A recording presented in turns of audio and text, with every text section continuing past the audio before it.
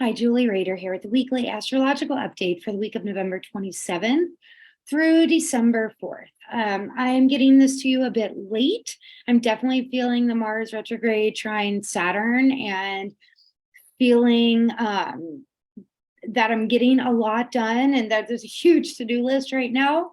And I've been wanting to sit down and film this, and I finally am. So I apologize for getting it to you late. It's going to be a kind of short one because I can really condense this week.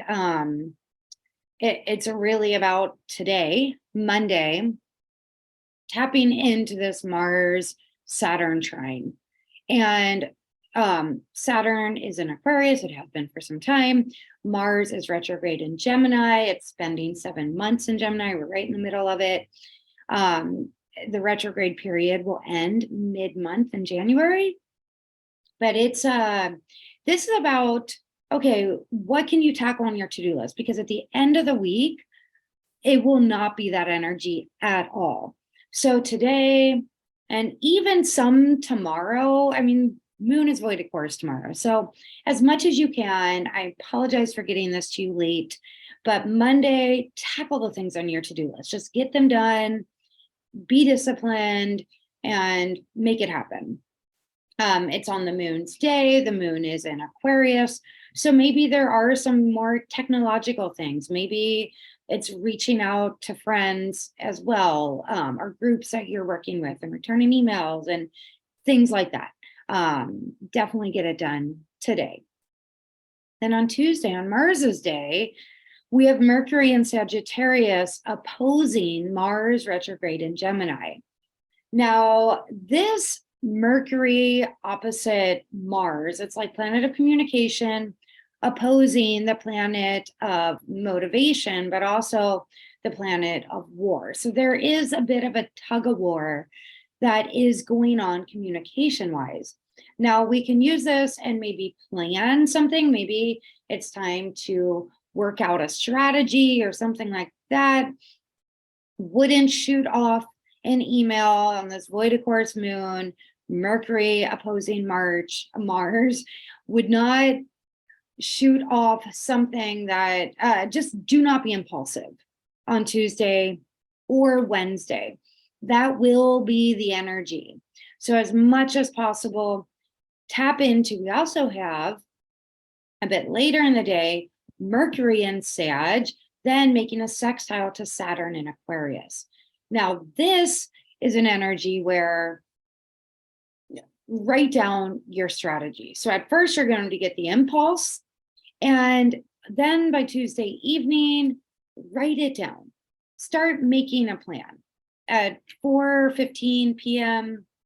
Pacific time, the moon will go into Pisces. It will no longer, so then things will be in that Pisces moon, which is a bit more big picture, a bit more dreamy, might need a little bit more sleep.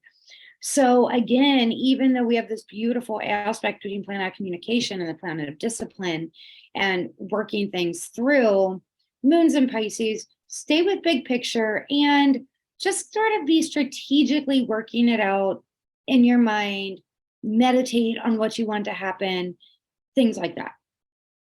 Wednesday, in the evening, we have Venus and Sag opposing Mars retrograde. Remember, we've had Venus and Mercury basically hand in hand moved into Sagittarius. So Mercury's moving a bit faster. So now it's making the aspects, but then Venus follows right behind and makes these same aspects. So Venus opposing Mars. Remember, men are from Mars, women are from Venus. There can definitely be a clashing of energy. Venus is love and Venus is finances. Mars is war. Mars is let's do this now, impulsive. So again, Tuesday, Wednesday, you may feel this impulse to do things as much as possible. Slow it down. Saturn is active too this week. So tap back into the Saturn energy. Mercury and Venus are first conversing with Mars.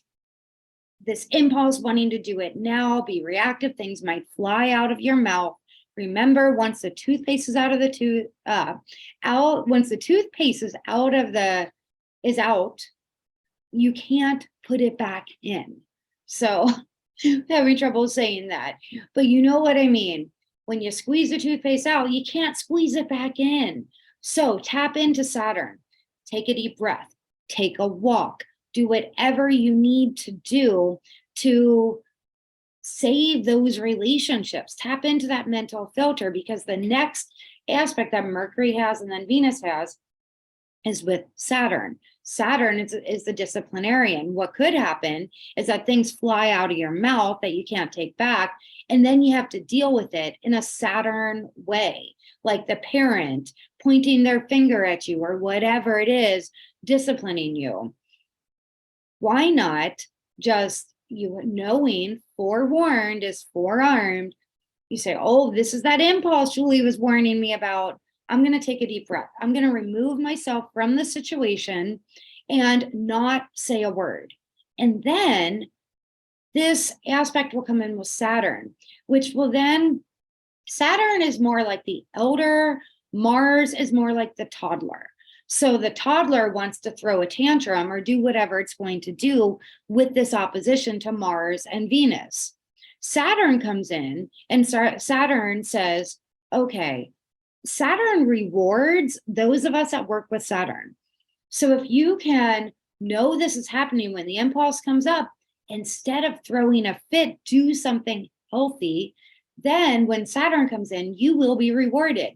You will then be able to come up with a strategic, mature plan for working through the differences that are arising. Remember that.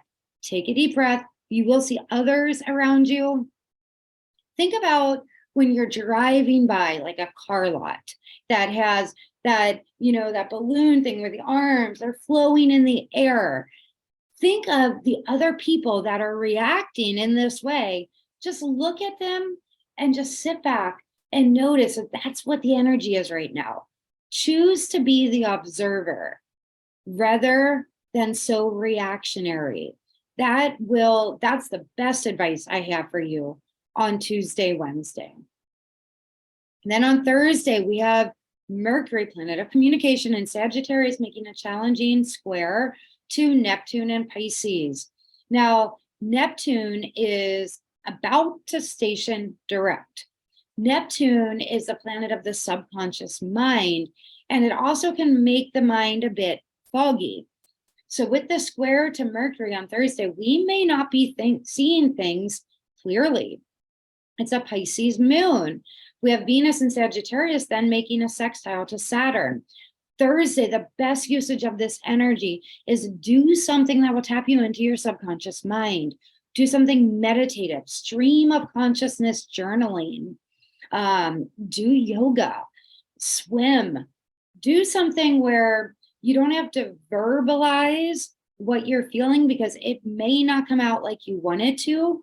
Venus, sextile Saturn, why not paint it or write music lyrics about it? And really just tap into this dreamy state. So Thursday, on Jupiter's day, the Pisces moon's last aspect will be a conjunction with Jupiter, meaning it will merge with Jupiter. This is a beautiful aspect. I didn't look, but I think this may be the last conjunction that it will have in Jupiter, because then Jupiter at the end of December will be moving into Aries. Thursday would be a wonderful day for more vision boarding. Think big picture. Start getting into a dreamy mindset. Then later in the day, Pacific time, so that by that evening, the moon will be in Aries. So it will be out of dreamy Pisces. However, we're still going to be in a dreamy state of mind. Friday, the moon in Aries makes a beautiful trine to the sun. That gives us energy to do things that we need to do.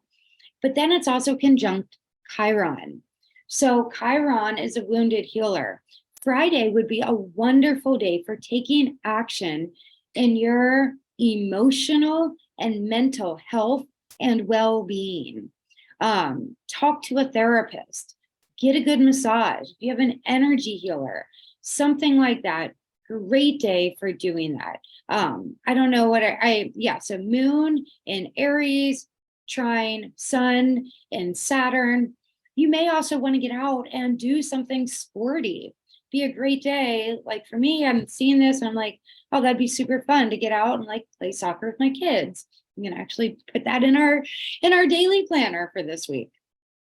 And then on Saturday, we have Neptune stationing direct in Pisces. Jupiter is newly direct in Pisces as well. So both planets are direct. They will not be meeting again like they did April 12th, but they are both going direct in Pisces. This is Jupiter's last hurrah in Pisces for another 12 or 13 years. So both of them going direct, all this energy that we have Thursday and Saturday. So really think Thursday, Friday, Saturday. This is a time for you to think big picture. Go back on your old vision boards. Is that still what you want? Or can you cut out other pictures and glue it on top of the ones that no longer have meaning for you? Get really clear on tapping in a subconscious way to accessing your dreams and your vision in a positive way. We do also on Saturday have Venus and Sagittarius square Neptune. So not a great day for looking at your love life or even your finances in a detailed way. This is more of a day, just let yourself be in dreamy, drifty mode. Then Sun in Sagittarius will make, then that will make this beautiful trine to Chiron. Chiron is really active. If we can tap into the subconscious mind, we can activate forgiveness of ourselves and others. And if we can stay true to our higher vision and take the high road, we can actually have a lot of healing that occurs on Friday, Saturday. And then Sunday, the moon will be moving into Taurus, no aspects on Sunday. Just kind of get grounded for the week. You will then start feeling, you'll start feeling like you can get a little bit more into a practical state of mind on Sunday. So those are the aspects of the week, just in a nutshell. Monday, get as much stuff as you've done as you can. If there are still other things you need to finish this week, finish it off on Tuesday. Be mindful, the moon is void, of course. And then Wednesday, Thursday, be aware that there will be conflicts that are wanting to arise, but take the high road. Do not participate in conflicting conversations. It will not serve you. Instead, let that energy pass and then come up with a strategy and a more long-term vision of what you want for your life. That vision will continue into Friday, Saturday, and that is when we are in this growing moon phase. Get clear on your vision, but more from a subconscious big picture view. All right. Thanks for watching. Like, share, subscribe. See you in the next video.